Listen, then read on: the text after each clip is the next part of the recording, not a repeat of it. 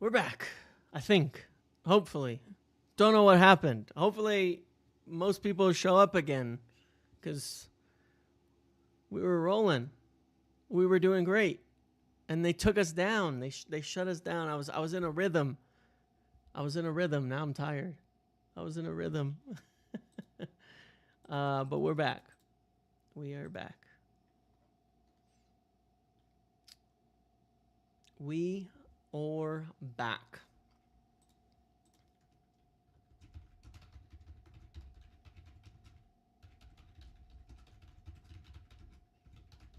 Now I gotta post some more bait on Twitter to get people to come back into the stream. I do think young Lammens is a bit risky. Yeah, I think a little bit. Now, what I'm trying to figure out is why now my alerts aren't working. Come on. Don't crash on me here. Sancho got me, man. Sancho got me. Please make sure to like the video, the stream, all of that. Get us back up. For some reason, YouTube just died. It just lost my connection. Everything was fine on my computer. And I had internet. It just said there was no connection. And then it just was gone. It was just gone. What were we talking about? I'm lost.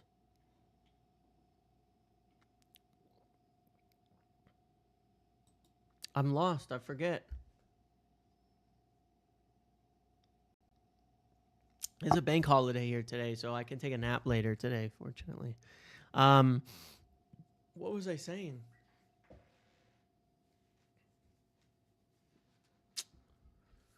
The Sancho extension. Yeah, maybe it was. The Sancho extension, the +1, right. So because we owe 12 million on Sancho, if we spread it out over 2 years, it means we can save a little bit of money this year. But I don't think we need to. I don't think we need to save that money this year. And it at the same time, it also commits us with another 15 million in wages next year. So we'd have to still find somebody to take him on that. And maybe we gain a little bit of profit, but it's a big risk. Like, unless we had a deal, what we'd have to do is this. We'd have to say, we have a deal that you accept on a permanent to join somebody next summer, and then we're going to approve it, you know, and then we'll do the +1. That's the only thing that could have made it work, essentially. But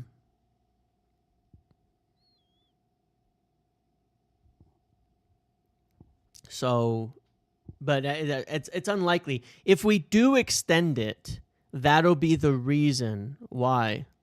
That'll be the reason why. We're in kind of the final hours here, so forgive me. I'm going to say stuff over the next little bit of time that I can't confirm, okay? I've got good people that I talk to. Some of them even watch this, and this isn't meant as an insult to them for me saying this, but I always double check and triple check things these days before I speak. So I'm going to say some things here in the next little bit that I can't confirm because there's just no time and no ability to confirm about the midfield. I'm just going to say some things, and you just have to take it for what it is, okay? They're going to be things that are less likely, that are potentially not true, but more rumory. You know what I mean? Like, even more rumory than eyes emoji, smiley face emoji. That's not one of the things I've heard, unfortunately, as a buzzer beater Baleba bid. But yeah, well, there's talk that they're making calls on the midfielder things to just see if there's any option they can get in before the deadline here. I suspect that would be a loan. Those would be like loan options, things like that. But that's what I'm hearing, that they're making calls to see if there's any late loan moves possible. They haven't ruled out a loan move for a midfielder yet. I don't have any names. I don't have, maybe Gallagher's one of them. I don't know, but they're making some calls. So I guess we'll see if Gallagher is one of them. If Gallagher is one of those, you know, I don't think we're gonna get a midfielder in as of right this moment.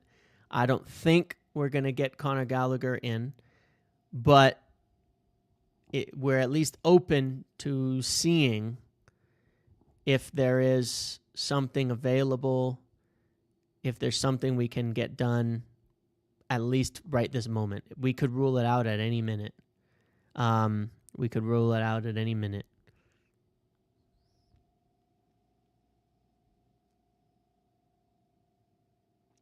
So there you go. So we will see. Now, as I was saying on Emi Martinez and Jadon Sancho as well, just to be clear,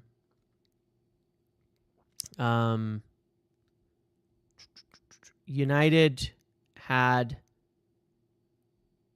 escaped the SCG black vans. They came by. They tried to take out my internet, but Sky Sports says Atletico have no intention of loaning Gallagher. Well, then fair, exactly. So I don't know, but yeah, they're making some calls. So I guess we'll see. It hasn't been ruled out as of this minute, but that could change at any moment in time. So again, like I said, I'm just saying, I'm going to say things as I hear them that are just even less certain than ever, but because who cares, right? It's the final hours. In addition, as I was kind of just saying as well on the Emi Martinez Sancho thing, like I said there, what I kind of heard, what I heard on that front is that we essentially did have something lined up with Villa. Getting rid of the bomb squad is such a massive W. Getting rid of the bomb squad is such a massive W. I mean, yeah, look, if you look at the number of players out,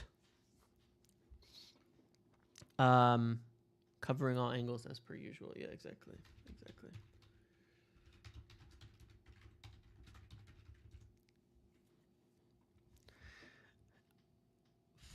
Amrabat, Savitzer, Fred, McTominay, Cavani, Igalo. We've gotten some okay ones, Weghorst.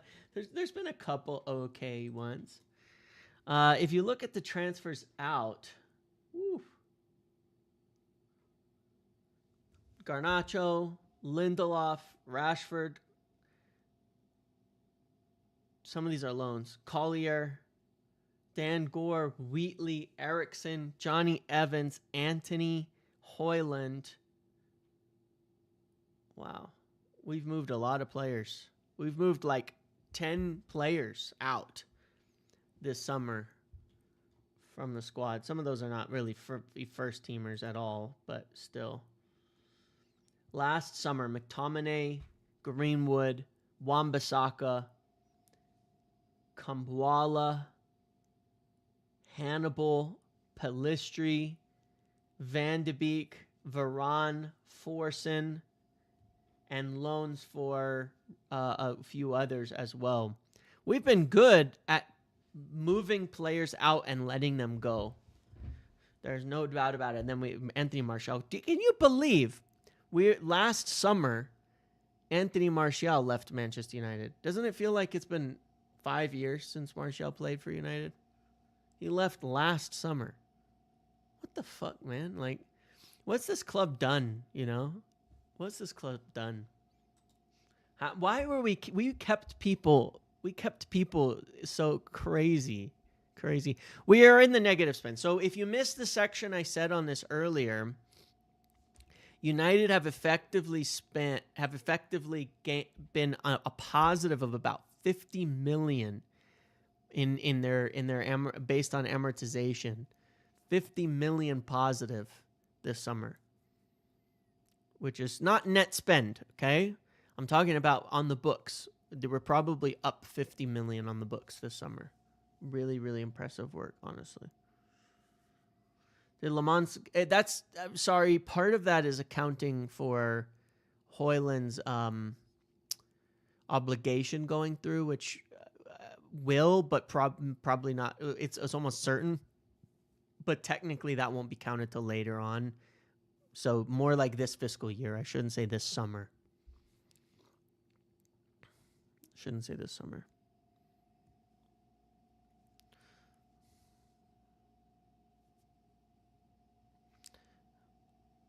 The man with the capital letters. The thing you have to understand with that is that we finished 15th. We don't have the money and the cash to spend as much as Liverpool, Arsenal, and Chelsea. We just don't. We just don't. Last year of his contract with an option to extend, we will have to amortize the last of the book value anyway, triggering the extension to put him in a. Yes, but you're also committing to 15 million in wages. Do you think Lammens starts right after break? I think he will. Look, if he gets into training and we don't start him right after the break, right now is the right time. It's like, what are we even doing, man? What are we even doing? What are we even doing here? I get it. It's big matches though. It's City and Chelsea. So I think he'll start right away because I think our keepers are crap. But, you know, there's no guarantees. They're big games. I mean, we'll see what the manager thinks. But, yeah. Maybe they had to sign a keeper to get him to not quit. Because if I were him, I would have quit if we didn't get a keeper. I would have absolutely quit this club if we didn't get a keeper, if I was the manager. You were just fully set up for failure if you stay at this club and you're managing it and these are your keepers, I'm quitting. Yeah, he wasn't called up, so he should be here for 2 weeks. I'm fucking quitting if you know what I mean? So man, if I'm Amorim, that would have been it.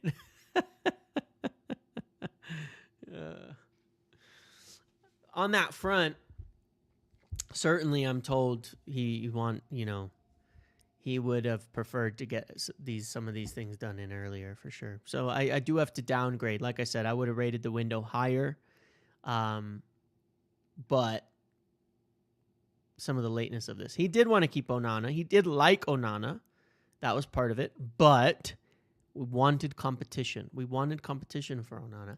I can honestly say I have no idea who pushed off the keeper thing. I don't know. I wish I knew the answer to that. Somebody else can say it. It might be Amorim's fault. It might be management's fault. But either way, we've been prepared for it. Here's what I would say about this, okay? It shouldn't be on the manager anyway. It shouldn't be on the manager anyway. You're running if you're running the club, this is the type of thing that isn't on the manager for me. It just isn't. It shouldn't be. Because they shouldn't have that kind of influence. If you're running this club, you're looking at Onana, you're looking at India, you're going, my keepers suck. My keepers are making mistakes constantly. The keepers have cost us massive amounts of money, being dumped from the Champions League, being poor in a final in the Europa League. If you're running this club, you're looking at it and going, we have to get a keeper. Doesn't matter what the manager says. We can't trust. There's no reason to trust him on this that the keepers are going to be good enough. We've got enough evidence to know that the keepers aren't good enough. You know what I mean? We've got that evidence to know. We need to sign one no matter what. So no matter who's at fault, it's the people above Amorim. No matter who said what, it's the people above Amorim. Because there's enough evidence from everybody here that Onana's not the guy. And Bayindir's not the guy. That's the truth. I'll tell you the other difference between them too, right? When you talk about Onana and Bayindir and you say, and you look at Amorim. Onana and Bayindir have been here longer than Amorim. Ineos and the management team would have watched last season the mistakes Onana made in the Champions League and all of that. They would know. Amorim wouldn't have watched that. he wouldn't have experienced that. Ineos and all of them were like right on the cusp of a deal at that time. They would have known. So it's on them. I don't know why it's not reading that out, but thank you so much, Angie, for always being here and supporting. Top covers the entire window from preseason transfer tactics, top content all summer. Big up and keep growing. Thank you. And title charge, exactly. Thank you to them. Thank you.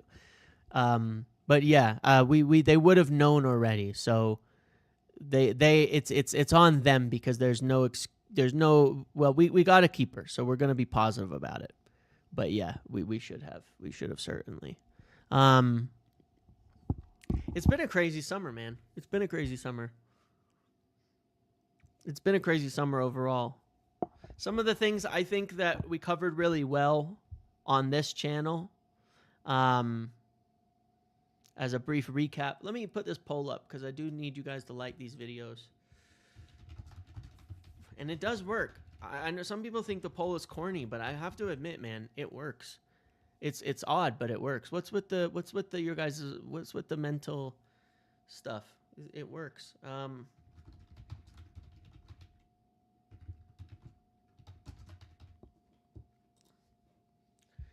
It does work for some reason. I think it just reminds people.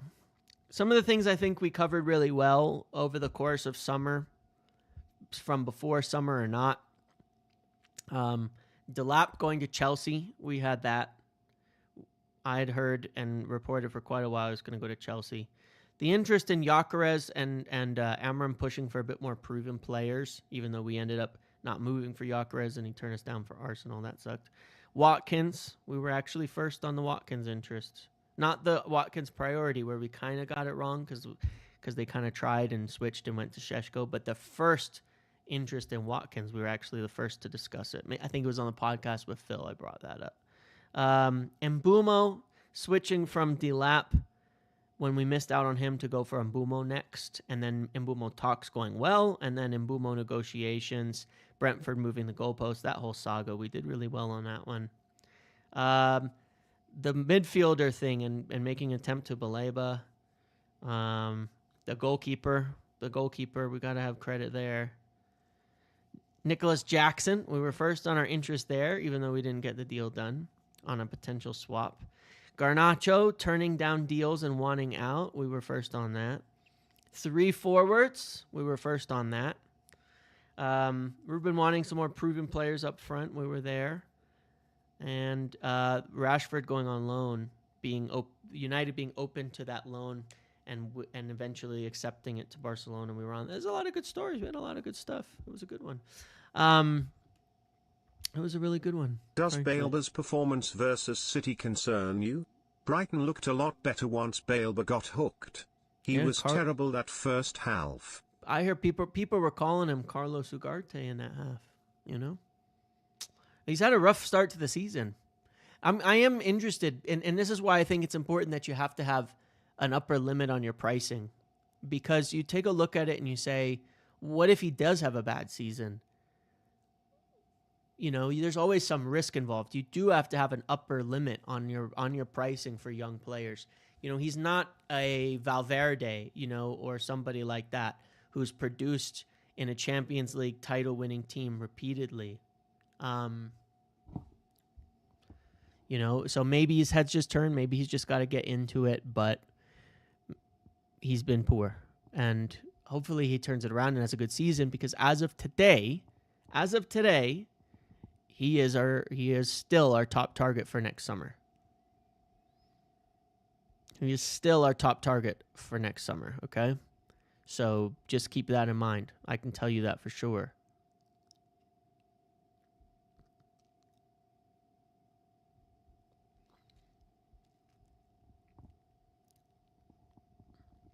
Yeah, sometimes it just happens, you know, but it's why you have to have an upper limit too. There's no guarantees, but still,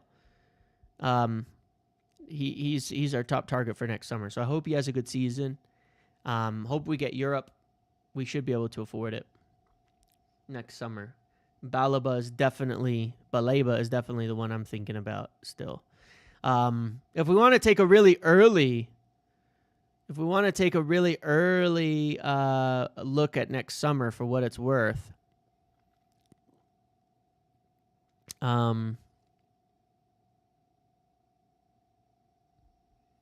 If you want to take a look at it very early, what do we got?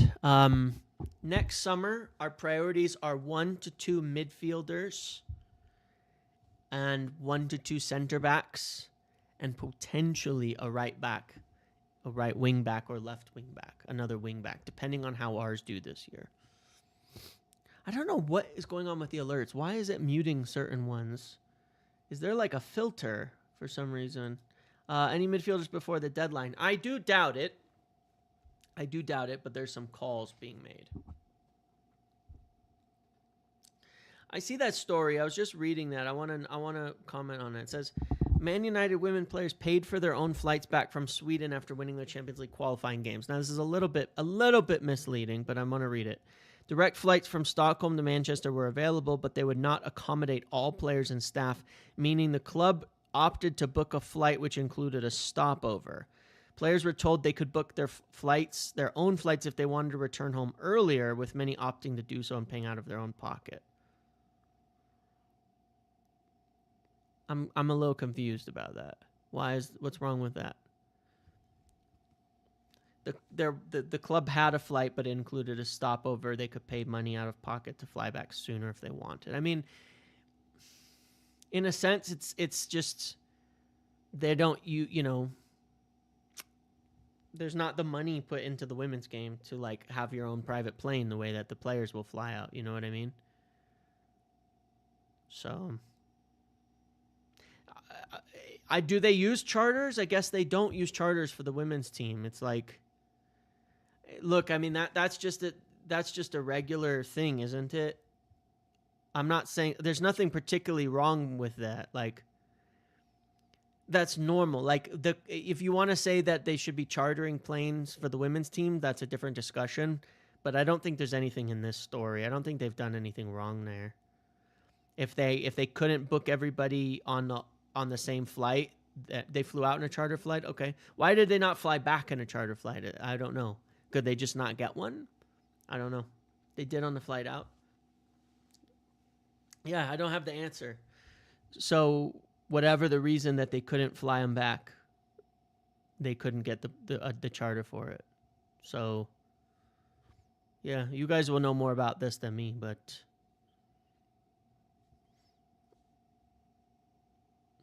yeah, doesn't seem like there's much in that story. I mean, doesn't seem like there's much in that story, but happy to be corrected. Alexis Sanchez moving to Sevilla. That's a random one.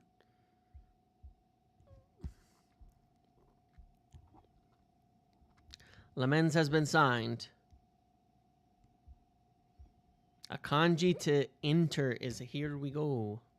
Ethan Ennis is going to Fleetwood Town. Harry Amos is going to Sheffield Wednesday.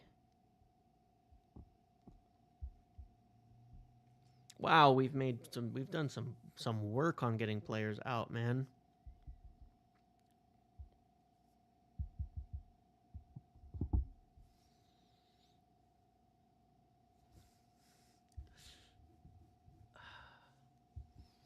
Yeah, it's always a back and forth. Where's our midfielder? How likely do you feel a midfielder is today? Not likely at all, man. I think it's almost certainly not going to happen. But we've made a few calls. I'm waiting for the businesses done brief. I think what we'll do is no further business expected. Yeah. I think we're done. I think we're done right now. I think we're done. Yeah. I think we're done. I think we've got Lammens in and we're done. I think we're done.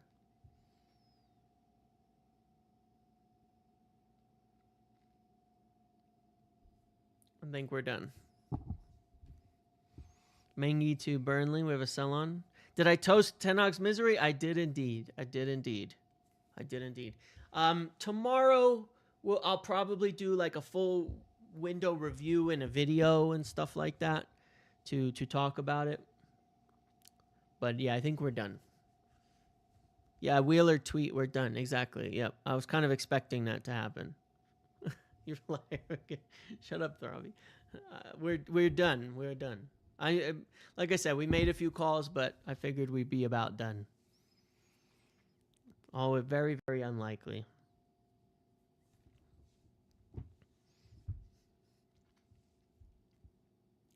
I'll be on the red carpet today. Yeah, 7 o'clock.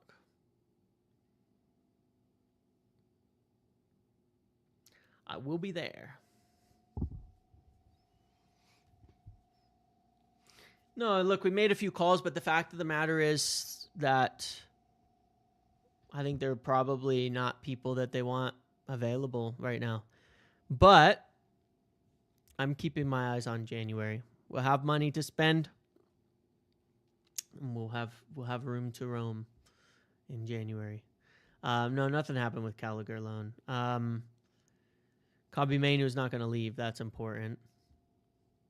That's an important. As happy as I am, that midfield worries me. Sure. But I got to say, Owen Thompson, I got to say on that commentary, before Arsenal, panic, it's shit, sack him, it's all bad, all of that, right? And then we had a good performance. Before Burnley, oh my God, the meltdown before Burnley in this pre-match, in this channel, the meltdown from some of the people I see here, not a lot, but the meltdown about the team selection and the midfield selection and all of that in that game ahead of it was crazy. And again, they performed. The midfield's obviously not good enough.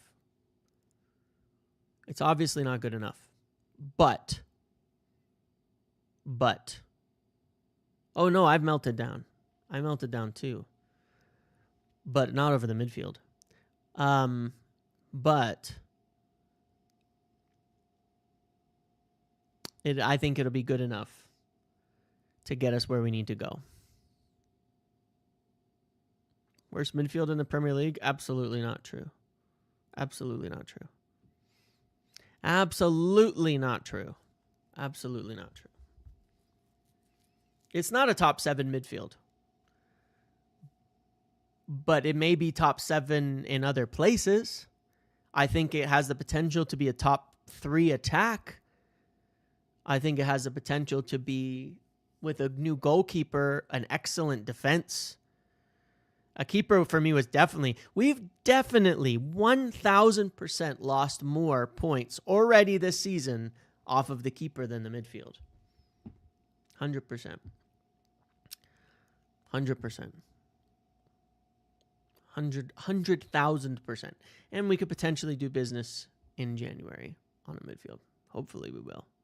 Top of your head, if we sign someone in January, who would it be? Promise not to hold it against you. I would say we'll just try for one of the midfielders. I would say we'll try for one of the midfielders that we want, the Baleba or Adam Wharton.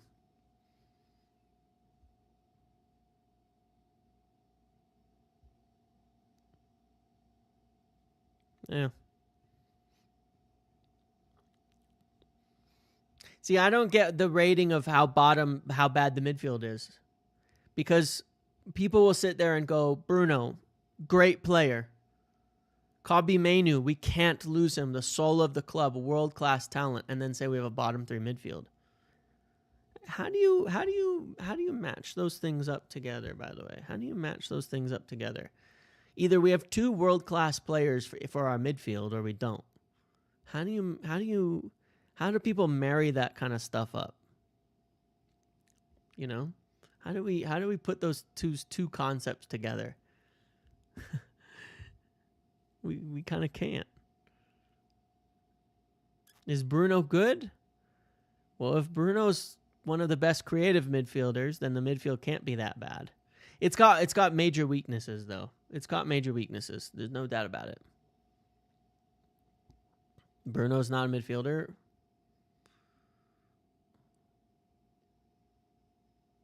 Okay. I don't know what you think he is, but he's certainly a midfielder. Are we reclassifying what a midfield is? Are we reclassifying what a midfielder is? Bruno's definitely a midfielder. I don't know what to tell you. He's a midfielder. He might be an attacking midfielder, but he's still a midfielder. I don't know what to tell you on that front. That's still a midfielder, guys. He's still a midfielder. He's a 10? Okay.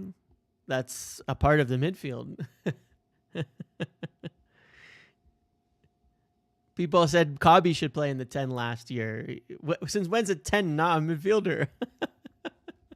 We're just making... Come on, guys. Come on. Is Bruno have a weakness in terms of out of possession as a deeper midfielder? Sure. Of course. But Kobbie is an 8. Kobbie is an 8. Look in Discord on Burba's comments on Ten Hag. Ooh, I need to see this. What's he said?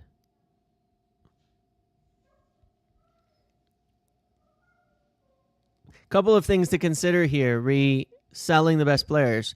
Not good start of the season. Something is always happening behind closed doors that people don't see. Of course, it's not good to change the coach so early in the season, but we have really high standards now more than ever after winning the Bundesliga, as it should be. High standards. Liked by the official Leverkusen.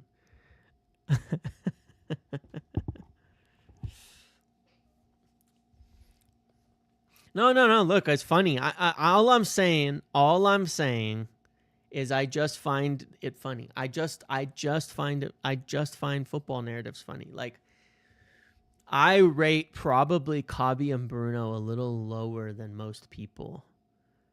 But most people will say, but a lot of people will call them world class while also saying our midfield's bad. And that I don't understand. I think our midfield has potential, but it's got some big weaknesses. It's got some big weaknesses. It's got some big weaknesses. Yeah, it's like saying Scholes isn't a midfielder because he was an 8. He was also weak out of possession too. It was definitely not his strong suit. He can't be a midfielder because he is never in the middle of the field. Just compare his heat map to any other central mid. Well, sure, but no, his heat map is pretty consistent with a midfielder. His heat map is pretty consistent with a midfielder. Look, what I would say is this. I've said it before. I'll say it again. And I'm never going to stop saying it until Ruben Amorim is no longer here. And you will understand it and you will see it someday. Hopefully. Under Ruben Amorim,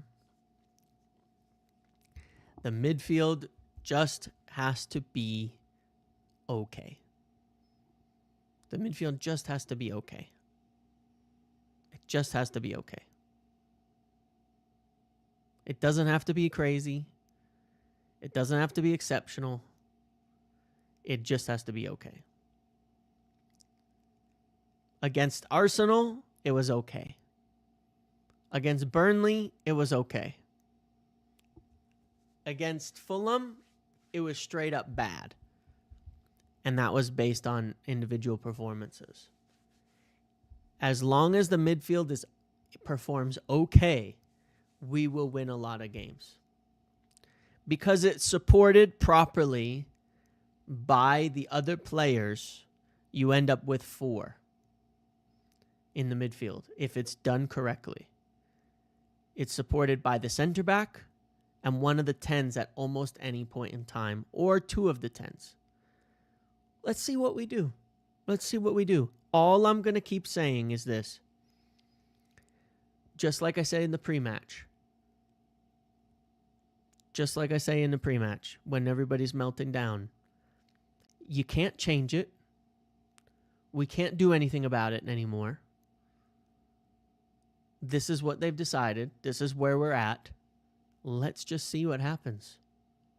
Let's just see how we do. Because when we've been the least happy with our team, myself included in this, have been our best performances. And when we've been most happy, we've had our worst performances. Maybe we just don't know shit. And we just have to wait and see. Obviously, the midfield is not good enough. It's not good enough. We know we're going to have to upgrade the midfield, man. Nobody's stupid in that respect. But the question is, will be this season, is it good enough to get us back into Europe? Yeah, the outmanned by Fulham thing is the biggest red herring alive. Go watch the Burnley game. They did the exact same thing as Fulham, and it didn't work because we played better. That's all. It's pretty much that simple. You can see it. I guarantee you can go watch it. I can find you pictures from Burnley. You know what? I'm getting baited. I'm getting baited into doing this. But I'm going to do it. I'm going to do it anyway.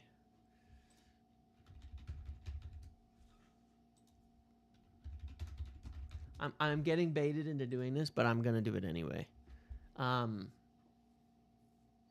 I'm going to show you because I paid close attention to Burnley, and they did the exact same thing.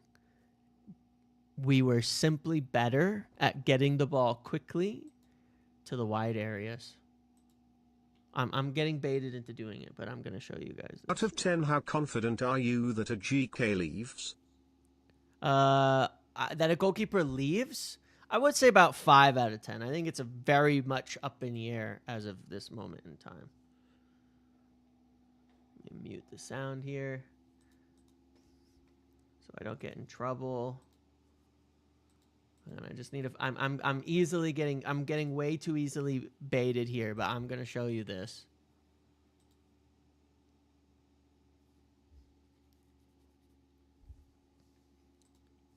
I just need to find a good image. I shouldn't let myself do this, but I do sometimes.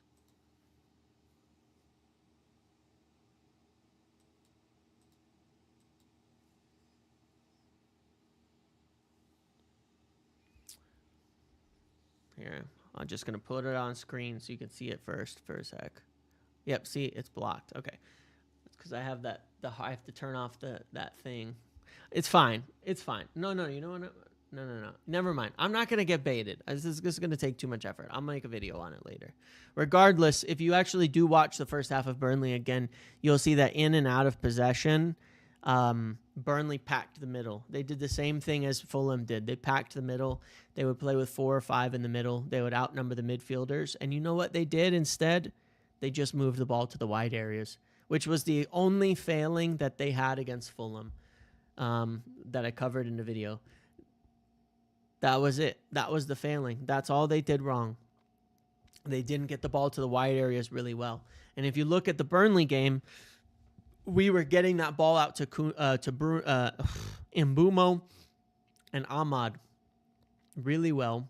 And we were even getting the ball over to Dowlow really, really well. Yeah. And I will add one more thing. That I think Xerxes does that helps us. One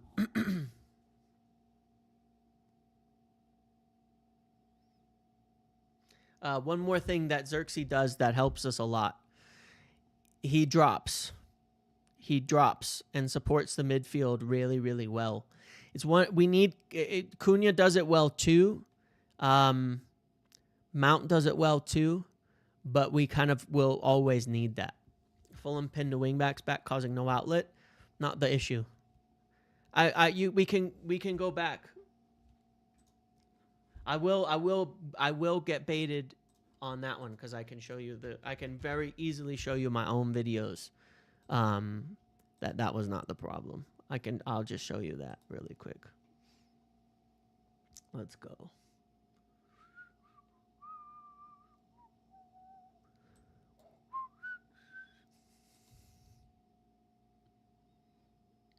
Theater mode. Nope. Wrong button. All right. I'll show you the wing backs not being pinned. Ready? Okay. Here's Dorgu getting in behind, not pinned. And look on the other side. There's another wingback, not pinned. Interesting. They definitely weren't getting pinned. Here, they attempted to pin the wingbacks in possession. Hold on, let's find the worst of them all. Here's this one. They've got 9 players in one half. Here's their fullback. Dorgu's down here, and Shaw's right here. Not pinned. I'll find another one.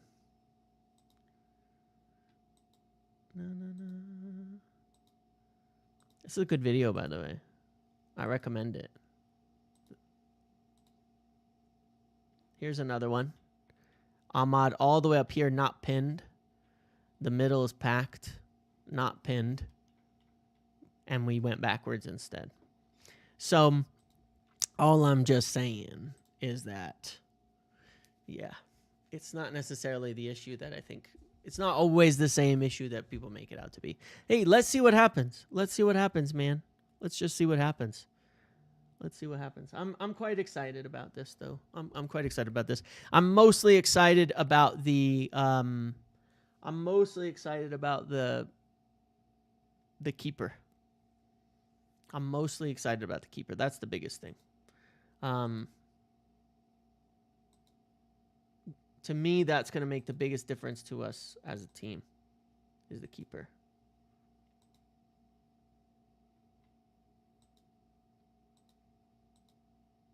More than anything else.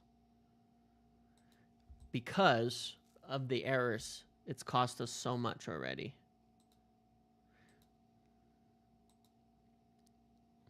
Here, do you want to see? I'll show you the second half. We actually played well for about 10 minutes in the second half. The adjustment didn't really do anything. It was just...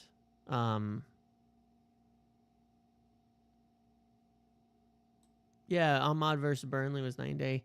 Here's a bit before we scored. Here's Mbumo out wide. Not being pinned. Here's Dallo. It's the same 2v1 we had all game. Just the wrong pass was made. And then when we scored, here's Dallo wide open. Not being pinned. This is actually how we got our goal. Cunha got it and shot it back out to Dallo. We just played poorly. I don't know what to say, man. We just made mistakes in that Fulham game. Bruno got it very... If you compare Bruno... There's a site that has the pass maps, which is interesting. And this is why I want to do kind of a new breakdown. If you compare Bruno's passing in the Fulham game versus the... hold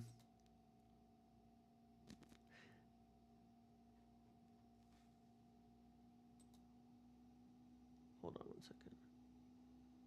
If you compare Bruno's game against Fulham... There's a place that has pass maps. Why can't I find it? There's a place that has pass maps.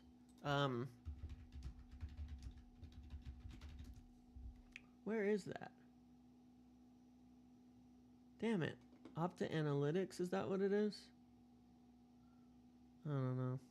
Anyway, there's a place that has pass maps that I can't find right now. But if you look at Bruno's passing in Fulham versus Burnley, getting those balls out wide to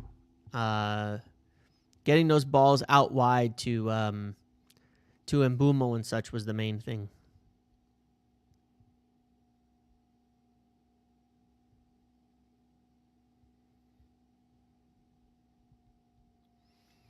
Manchester United have informed Kobbie Mainoo about 0 chances to leave today. Listen, I wanna cover this, and then I'm gonna end my second live in like 15 minutes here. Last week Monday, when all this drama started about Kobbie Mainoo, I told you one thing, and I've maintained that one thing from January through now. What was it about Kobbie Mainoo and this club? What have I always maintained about Kobbie Mainoo? And I just want to insist upon this point with you, okay? Kobbie Mainoo, the club want to keep Kobbie Mainoo. The only thing I've ever pushed back strongly on the story and how it's been reported is the narrative that is being created by his agents that Kobbie Mainoo is being forced out of United, is being pushed out of United. He's not. They didn't want to sell him in January. They didn't want to sell him this summer. Their plan A is, and will be to get Kobbie Mainoo going. That's what they want. That's what they've always wanted. He's played. He played 45 minutes on Sunday. He played 45 minutes on Saturday, and he played on Wednesday. He's played more minutes than anybody in the last couple of games. And he will continue to play. And he will continue to be used. And he will continue to get his team. He has not been pushed out. It's over-dramatized. And I don't think it's doing anybody any favors, frankly. He's played. Last season, he played every single game under Amorim when he was fit. Every single game. He has played now in 2 of our 4 games. He will play a lot. The only real mistake that happened here is he should have come on as a sub in one of those games. That is not that dramatic. It's not that dramatic. It is not that big of a deal. A player does not need to be leaving. You don't have to act like a player is being like forced out because they should have been subbed in one game. Okay? That's just not how it works. Now, we can argue moving forward that he should play more. We can argue moving forward that he should play more. And I'm sure that he will. But he has to earn that too. He has to earn that too. I think Kobbie's a very good player. I don't think he's as good as people seem to think he is yet. I don't think he's as good as people may think he is yet. When he came on Saturday, I thought he was decent. Not so good that you're like killing yourself by not starting him. When he played against Grimsby, I thought he was decent. Not so good that you have to demand to leave if you're not starting games. So with Saturday, Kobbie's played 45 minutes less than Casemiro. I'd like to see him play more. I'd like to see him play next to Bruno moving forward. But it's not that crazy yet. I understand why he wants to play, and he should play more, and I hope he plays more. That we're all in agreement on. But he's not being pushed out. He's not being pushed out. That's just the reality of it. He is not being pushed out by United. So I'm going to leave it at that. He's not being pushed out by United. They will want to keep him. They want to keep him. They intend to keep him. And I believe over the course of the season, he will come into a more important role in the team and will do very well if he commits himself to it now. I think that's part of it too. Cheer up a little bit. Cheer up a little bit. You're here. Work hard with the team, and he will have a good place in the team moving forward. I would argue there are more talented players who sit on the bench for big teams. Sure, agreed, Samix. I mean, the reality is that there's other guys. He probably wouldn't start at most big clubs today, but that's fine. It's okay. Let's see how it goes over the course of the year. I still believe he'll be the long-term Bruno replacement and will do great in that role. That's what I think. And I'm happy with that approach.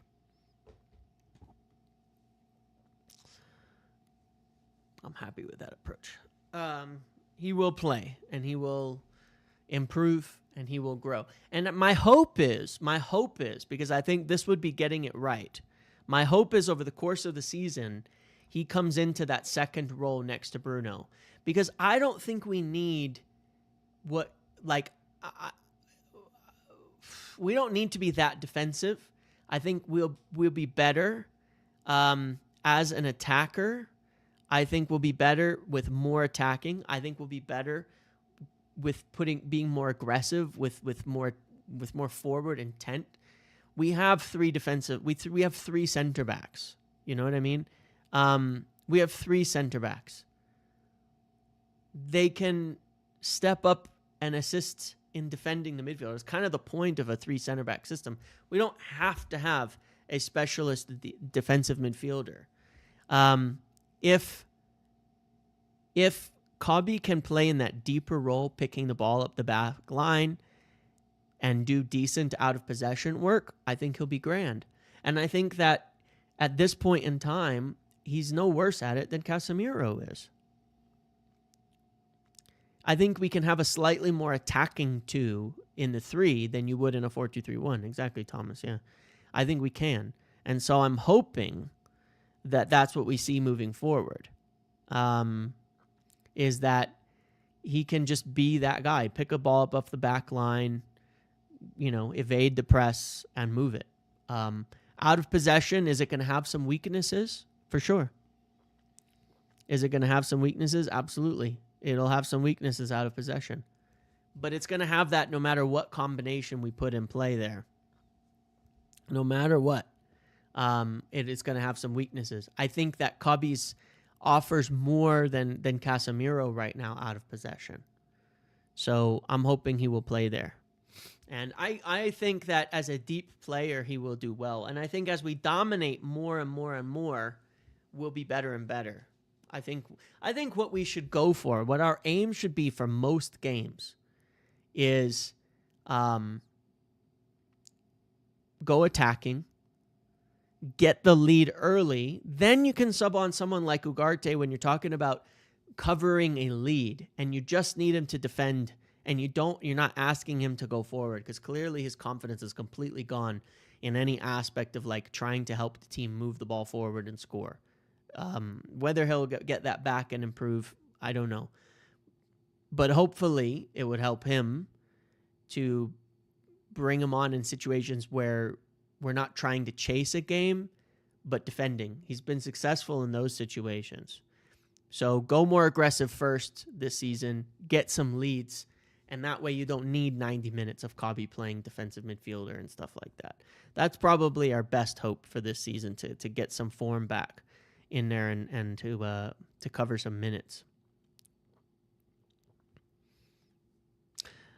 Lissandro should be back in a little bit. Oh, I did want to mention as well, went kind of very much under the radar, but Mazraoui coming back, he was really good when he came on.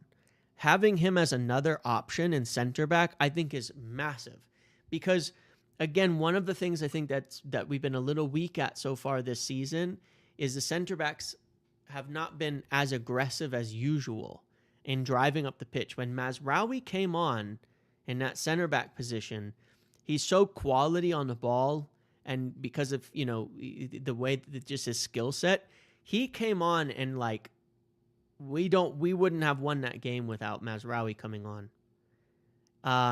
He was really, really good. He was really, really good. He was pushing the ball forward really well as a wide center back. He steps up he supports the midfield really well. He's really good on the ball. He has good link-up play as well. He's very aggressive. It's guys like that will help the midfield and will help us do better. It's the same with Lissandro, right? Like when Lissandro steps up, when Lissandro plays and helps in the in-possession aspects, when he steps up, when he supports the midfield, he does a lot better. The weakness with Lissandro is, of course, always the pace, running backwards, the cover distance. But if you can keep the ball, Lissandro helps you press. Mazraoui helps you press. those are players that help you press really well. So it's good to have those kind of options in there.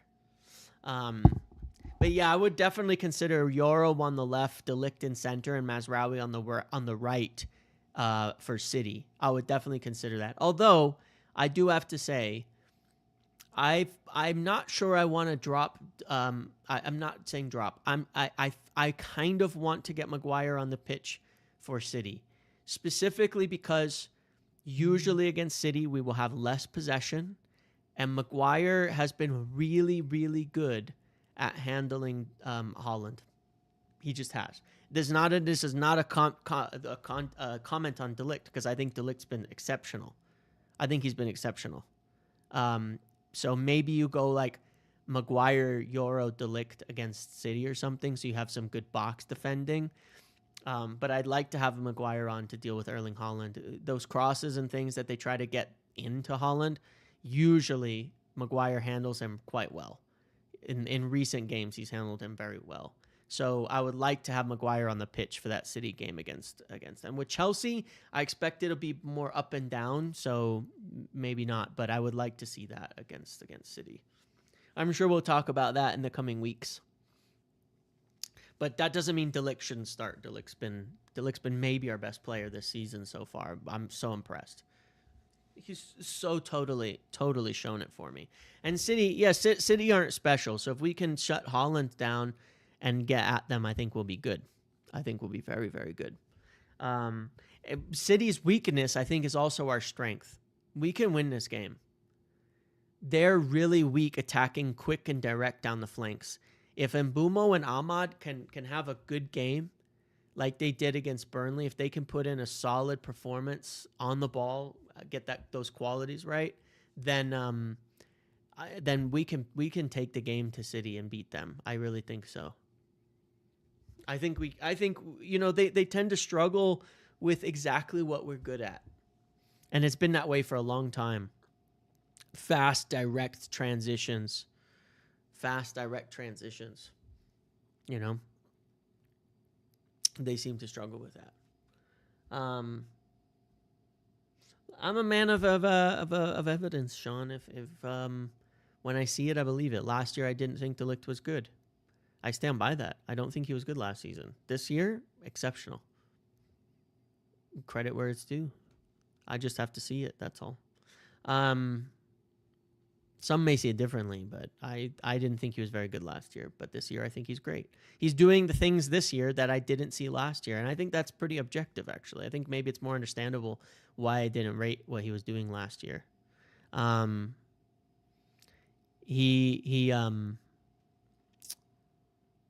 His aggression wasn't there. The way he steps forward into the midfield now, the passing range, he was not. I'll tell you the biggest difference, and this 100% he was not doing last year, those passes. He was terrified to pass the ball last season. I'm 100% sure of.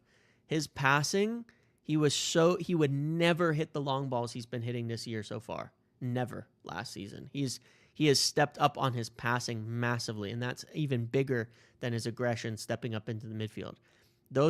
Some of the big switches he's done, the balls in behind, he would not do those last year. And that is objectively true. And that's where I think one of the biggest areas of improvement for sure. So that's what's impressed me a lot is his bravery on the ball. That was not there beforehand. So confidence, lots of different things, and I'm very impressed. I'm very, very impressed. Yeah, Ten Hag PTSD happens to a lot of people. That's my point too, is it just takes time. It takes time to get past all that trauma. There is trauma. People got to understand, man, there's trauma. I've said it so many times. There's trauma, man. These guys, they go through shit, and the mentality fades, and it's hard, and shit, things go crazy, and then all of that. And then it takes time to get over it.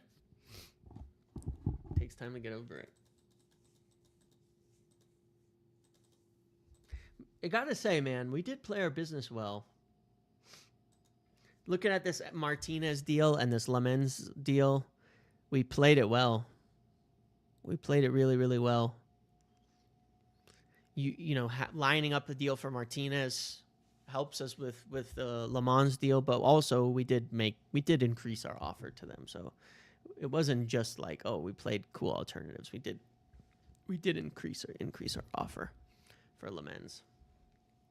But there we are, guys. I've done almost 3 hours already of streaming this morning, and I'll be back later.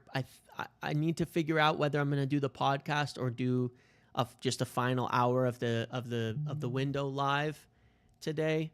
But I'm not expecting any more signings for United right now. I think we've had a good window. The Lammens deal is the biggest one that I hope we'll have at the end of the window, for sure. Not the biggest signing of summer, but the one that I was so desperate for us to get in. I think we've had a very good window in general. We obviously haven't solved anything. We're not expecting anything else coming in as of yet. As of now, in terms of the midfield, we're not going to let Kobbie leave, obviously. We've got 3 forwards in. I'm feeling very positive. At the very least, what I believe is that we've built something and are building something that will be have more continuity, that will be more timeless. I think it will, whether it works out with the manager or not, what we've done in this window will work for the next manager if it doesn't. And that, to me, is very important. We're buying players that will work for everybody. We're buying players for the team. We're buying good players. Nobody over the age of 30. Nobody on huge wages. Nobody for a massively inflated fee. I think our odds of the success of the players we've purchased in this window working are really good. So I'll come back later, potentially, or do a podcast or something. But thank you guys all for hanging out with me in this morning, as we are where we are, moving towards the end of the deadline. After this, I'll be on the red carpet later as well. Maybe a podcast or maybe a live. There is money to be spent in January as well, should we need it, which we probably will. And if we can get somebody long-term in, like with Dorgu. But overall, I'm feeling pretty good. It's a work in progress. It was never a one-year quick fix. But I think we've made good progress. We need a good season to back it up. I've got hopes. I'm all in right now. I think we're going to have a good season still. I do. I think we're going to have a better than expected season from what I've seen. I think United are better. After this, in the coming days, I'll do a full kind of transfer window review. I'll do an early look ahead to the next signings that we need. We'll talk about some of the other things. We'll do some more stat reviews. We'll look at United so far. Figure out some good stuff to look at over the course of this international break, but also certainly we will look at for the future what we need. Okay? Make sure to hit a like on the way